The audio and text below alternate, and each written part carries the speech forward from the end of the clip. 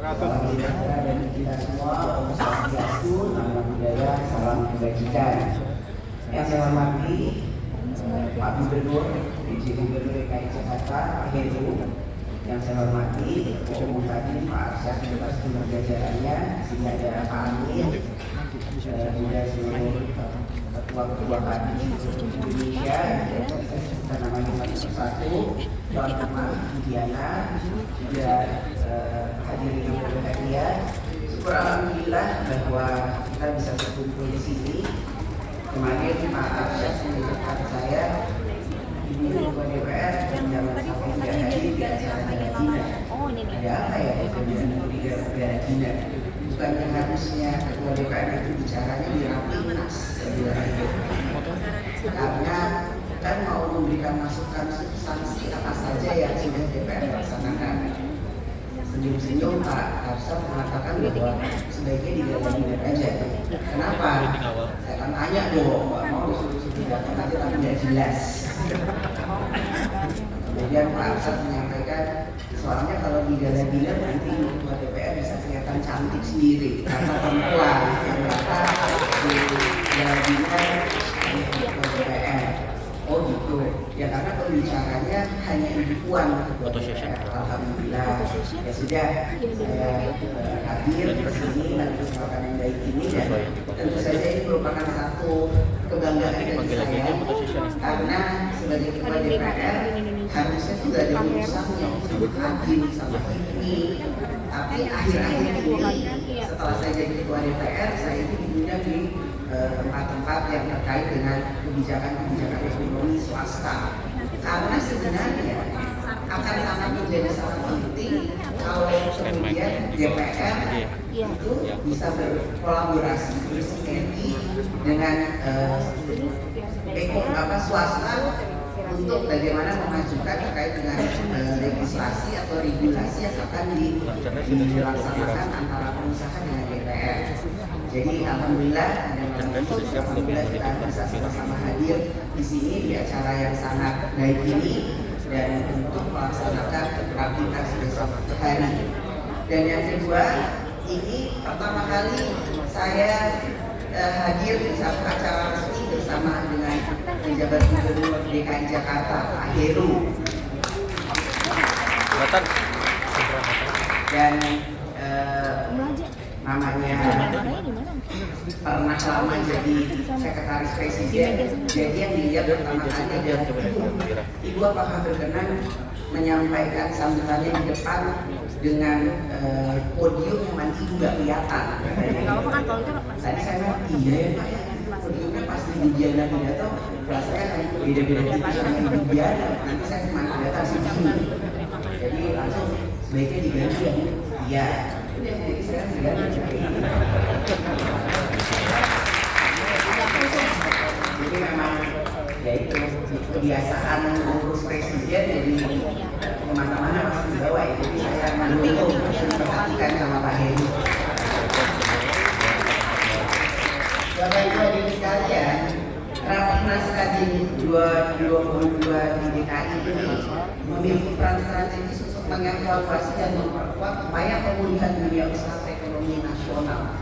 Tadi sudah disampaikan oleh Pak Arsyad, sebenarnya bagaimana kita memperkuat ekonomi nasional itu kan adalah dengan UMKM. Dari data yang saya miliki saat ini UMKM itu jumlahnya mencapai 64,19 juta dengan kontribusi terhadap PDB sebesar 61,97%. Biasanya kalau ada semuanya ada, saya pikir tidak ada. Atau senilai lebih dari 8.500 triliun rupiah dan kontribusi UMKM juga menyerap 97% dari total tenaga kerja yang ada serta dapat menghimpun 60,4% dari total investasi. Jadi akan sangat penting kalau kemudian pengusaha-pengusaha yang ada di Kadin ini memang bisa turun ke bawah berkolaborasi dan bersinergi dengan UMKM. Dan tentu saja siapa sih UMKM? UMKM itu adalah UMKM bukan hanya yang sampai menengah saja, tapi UMKM kecil, wong cilik yang sekarang ini memang selalu menopang perekonomian nasional. Jadi saya berharap bahwa semua yang hadir di saja pengusaha-pengusaha hebat yang tergabung dalam Kadin. Saya berharap adalah bapak-bapak ibu-ibu yang ada di sini itu harusnya yang diurusin itu bukan cuma urusan yang besar-besar, tapi juga urusan yang kecil-kecil, mikro-mikro, namun nantinya akan bermanfaat bagi Indonesia.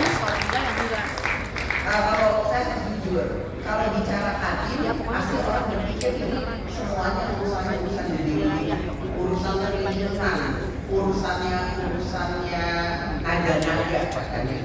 Menengah ke atas nggak karena urusannya itu yang sedang aja, kalau nggak besar menengah, nggak pernah gede atau kecil. Namun saya berharap di Kadin yang kepengurusan sekarang ini kita juga tidak boleh lupa dengan penopang atau penyangga tiang dari perekonomian nasional itu sebenarnya dari UMKM. Kemarin waktu kita menghadapi pandemi COVID-19, otomatis yang tentu saja menopang perekonomian nasional itu UMKM, karena mereka yang tetap bisa menjalankan usahanya walaupun sedikit banyak, walaupun mereka tergerus oleh pandemi COVID-19. Namun alhamdulillah sekarang ini mereka kembali lagi bangkit. Dan kalau kita lihat di daerah-daerah, contohnya Solo, kenapa sih Solo? Karena tidak pilih saya. Jadi saya melihat sendiri bagaimana perkembangan yang terjadi di Solo, Jawa Tengah. Dan dulu pertama kali pandemi COVID itu sepi Solo. Sekarang begitu sudah mulai keluar, walaupun pandemi ini belum berakhir, kalau kita lihat Solo itu UMKM-nya kaki limanya itu mulai penuh lagi. Dan seperti data COVID tetap berkembang, tetap tumbuh dan itu menopang perekonomian Solo. Kalau saya bicara dengan Mas Wali Kota, Mas Gibran, ini Solo gimana ekonominya? Sangat tinggi juga, ekonominya meningkat dan lain sebagainya. Karena apa? Karena ditopang oleh UMKM dan kaki lima. Bapak Ibu hadirin sekalian, ini mungkin karena yang diomongin ketua DPR gak ada urusannya sama proyek-proyek, jadi di belakang kurang senang kali ya.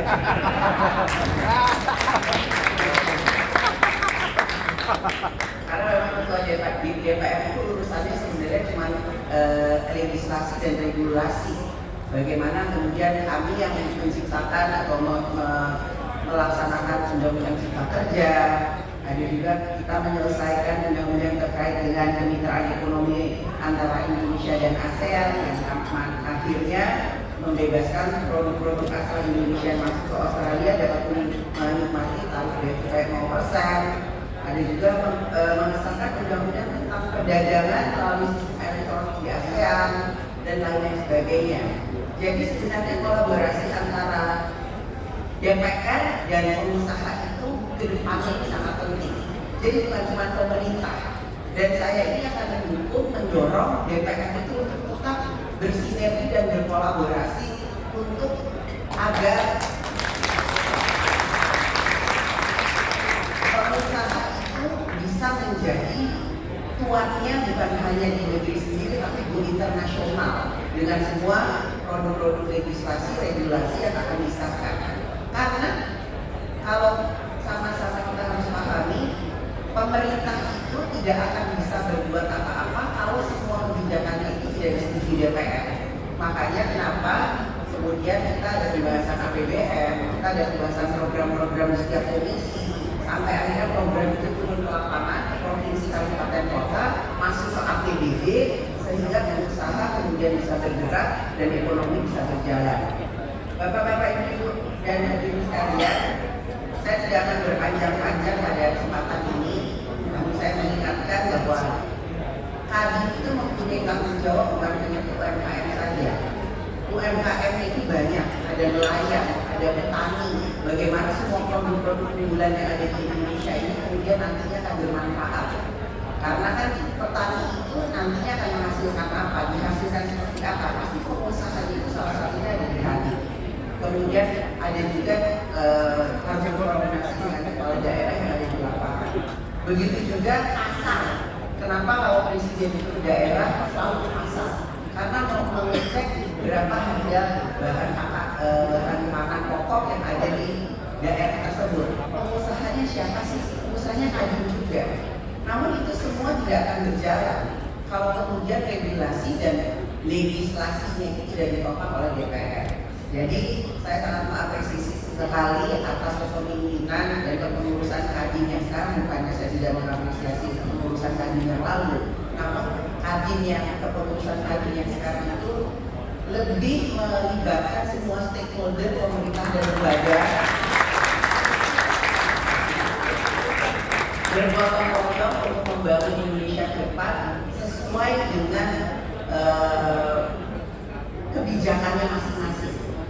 Jadi saya harapkan ini, saya meyakini bukan undangan saya yang pertama, pasti DPR juga sering diundang, tapi akan lebih baik jika memang kami itu sering-sering berkoordinasi, berkolaborasi dan bersinergi dengan DPR RI. Dan saya tentu saja secara pribadi dan tentu saja secara kelembagaan akan mendorong agar kolaborasi dan sinergi antara Kadin Indonesia dengan DPR akan terus berjalan untuk kemajuan bangsa dan negara ke depan.